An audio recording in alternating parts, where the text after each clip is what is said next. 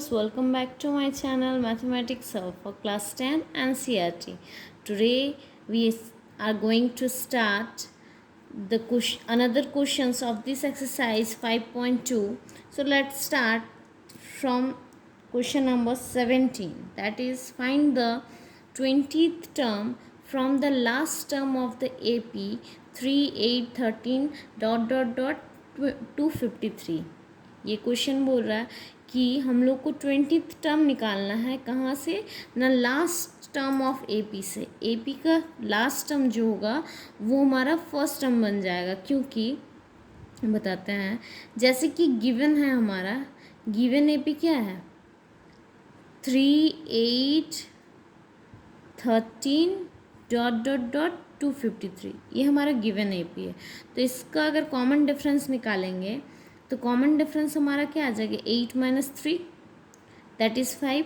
अब बोल रहा है कि जो हमारा लास्ट टर्म होगा उससे हमको एपी निकालना है, तो लास्ट टर्म बन जाएगा फर्स्ट टर्म। तो हम लोग क्या करेंगे, रिवर्स करेंगे।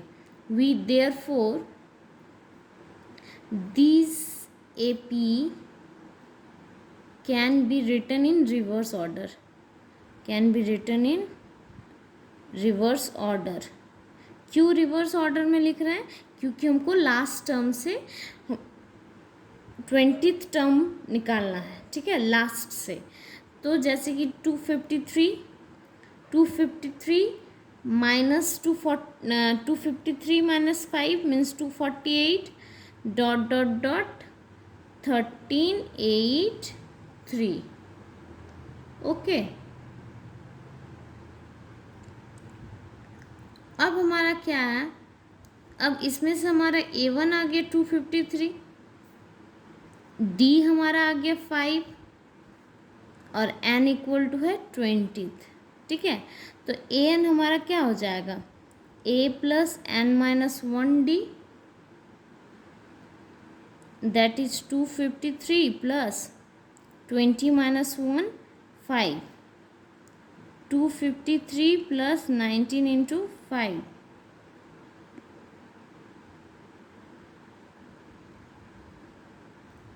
सॉरी यहाँ पे 5 नहीं -5 होगा, क्योंकि यहाँ पे रिवर्स ऑर्डर में, ये तो हमारा इस ऑर्डर में था 5, लेकिन जब रिवर्स ऑर्डर कर दिए तो हमारा क्या आ गया, स्मॉल छोटा से बड़े को माइनस किए तो हम लोग का क्या आ जाएगा -5 आ जाएगा। तो हमारा इंटू किससे होगा -5 से। तो हमारा आंसर क्या हो जाएगा 253 minus 95 that is AN equal to 158. This is the answer. Therefore, 20th term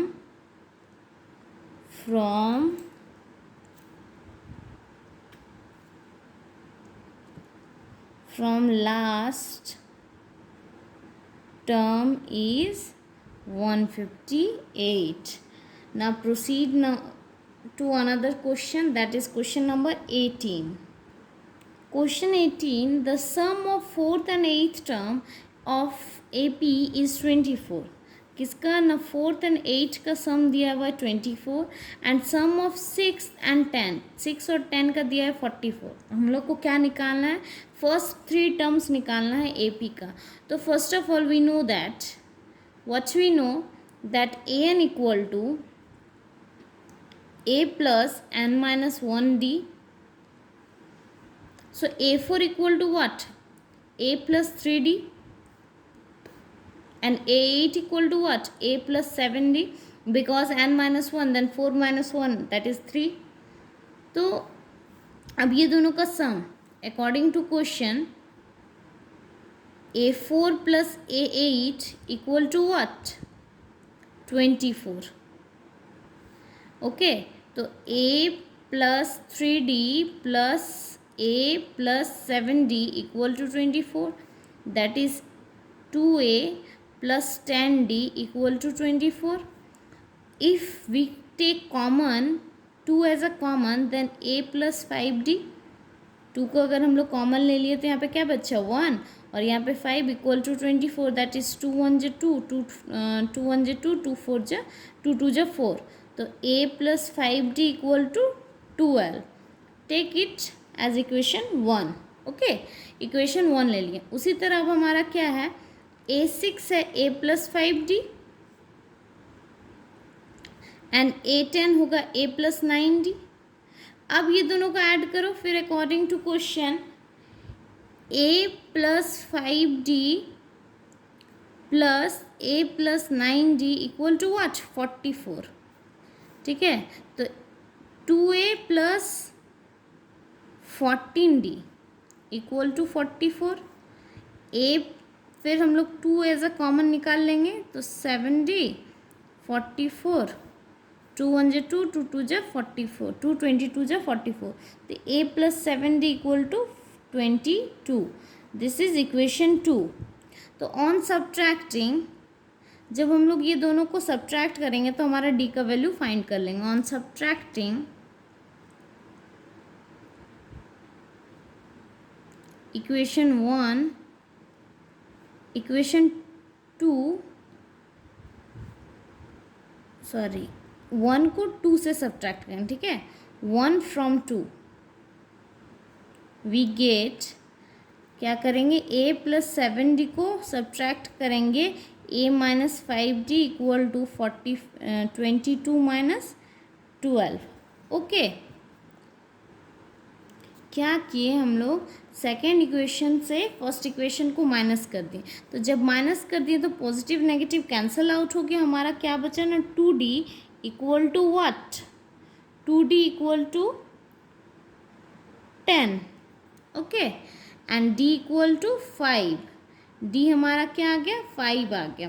तो d जब हमारा 5 आ गया तो अब हम a को कैसे निकालेंगे ना, इस वैल्यू को पुट कर देंगे। ठीक है, हम लोग यहाँ पे सॉल्व कर दें, putting d equal to 5 in equation 1 में पुट कर दो।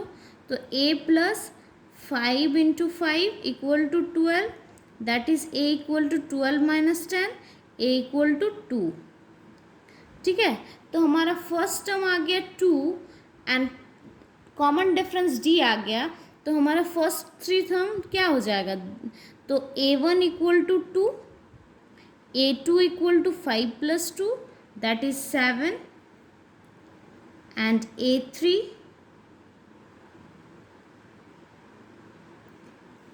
Sorry 5 into 5 that is 25 not 10, sorry for the mistake. So 25, तो जब हम लोग माइनस करेंगे तो क्या आ जाएगा, a इक्वल टू क्या हो जाएगा, -13। a इक्वल टू जब -13 आएगा तो हमारा a1 यहाँ पे 2 के जगह क्या हो जाएगा, a1 हो जाएगा -13 एंड a2 इक्वल टू हो जाएगा -13 plus 5 that is -8 and a3 equal to -13 plus 10 that is -3। कैसे ना, a3 इक्वल टू क्या होता है, a प्लस 2d, तो 5 इंटू 2 10, तो हमारा क्या गया -3। तो therefore the first 3 APs are -13 -8 -3 ... So in this way we complete question number 18.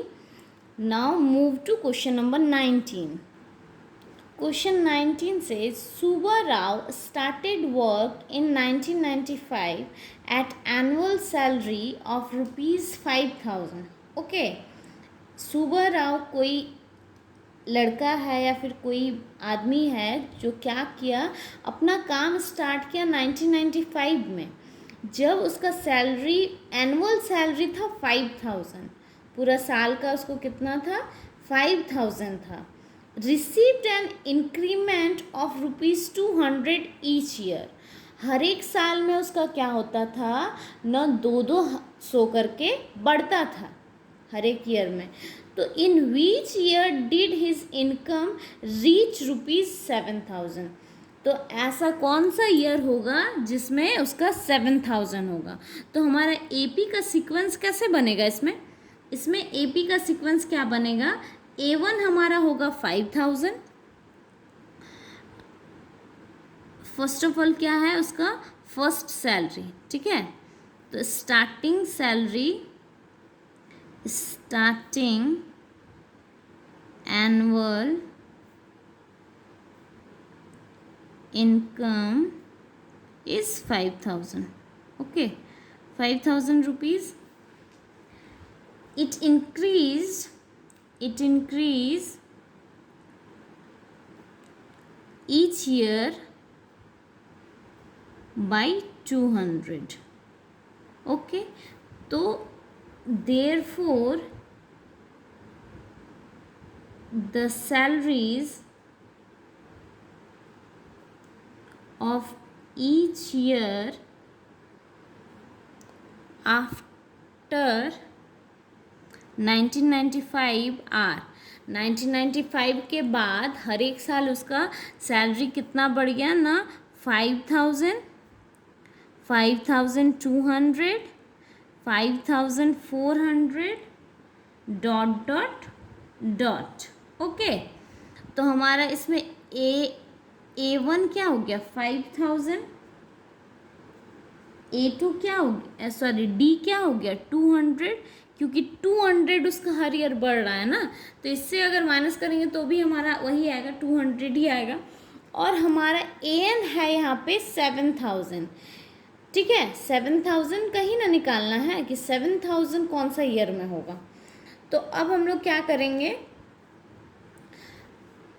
We know that, जब जैसे कि हम लोग को पता ही है, therefore AN equal to what, A plus N minus 1D। तो 7000 equal to 5000 plus N minus 1 200, 5000 plus 200 N minus 200, that is 4800, and 7000 plus 200 N, 7000 minus 4800 equal to 200 N। तो क्या आ गया 2200 equal to 200 N। 20 cancel out, 2 1 जा 2, 2 11 जा 22, that is 11 N equal to 11। तो हमारा क्या होगा, देयरफॉर उसका सैलरी 11 साल में 7000 हो गया। Therefore in 11th year his salary will be 7000, okay, answer। Now proceed to question number 20, and this is the last question of this exercise, okay। So now start। Ramkel saved ₹5 in first week of a year and then increased her weekly saving by ₹1.75 if in the nth week her weekly saving become ₹20.755, find M। तो इसमें clearly बता रहा है कि जो रामकेल है वो first week में 5 रुपये सेव करता है, ठीक है। पहला सप्ताह में 5 रुपये सेव करता है हर एक ईयर, हर साल। और जब उसका weekly, then increased her weekly saving by 1.575, और उसका वीकली सेविंग जो है वो कितना इंक्रीज करता है ना, उसका सप्ताह का जो सेविंग है वो 1 रुपये 75 पैसा करके सेव करता है, ठीक है, बढ़ता है, उसका 5 रुपये से बढ़ जाता है उसका 1.75, ठीक है। तो हमारा जो nth वीक होगा, ऐसा कौन सा nth वीक होगा जिसमें उसका सेविंग क्या हो जाएगा 20.75, मतलब 20 रुपये 75 पैसा।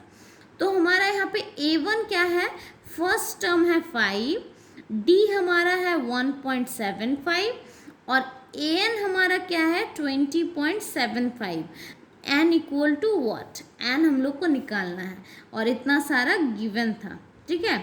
तो we know that AN equal to A plus N minus 1D, an equal to 20.75, a equal to 5 plus n minus 1 1.75, 20.75 minus 5 equal to n minus 1 1.75.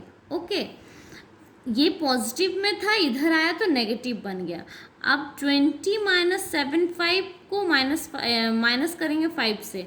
हम लोग जानते हैं कि जब हमारा 5 के पास कुछ नहीं है, मतलब इसका डेसिमल के बाद 2 जीरो है. ठीक है, डेसिमल के बाद जीरो का कोई वैल्यू नहीं, मतलब कोई मान्यता नहीं होता है, इसलिए हम लोग डेसिमल को हटा भी सकते, लिख भी सकते, बात बराबर है.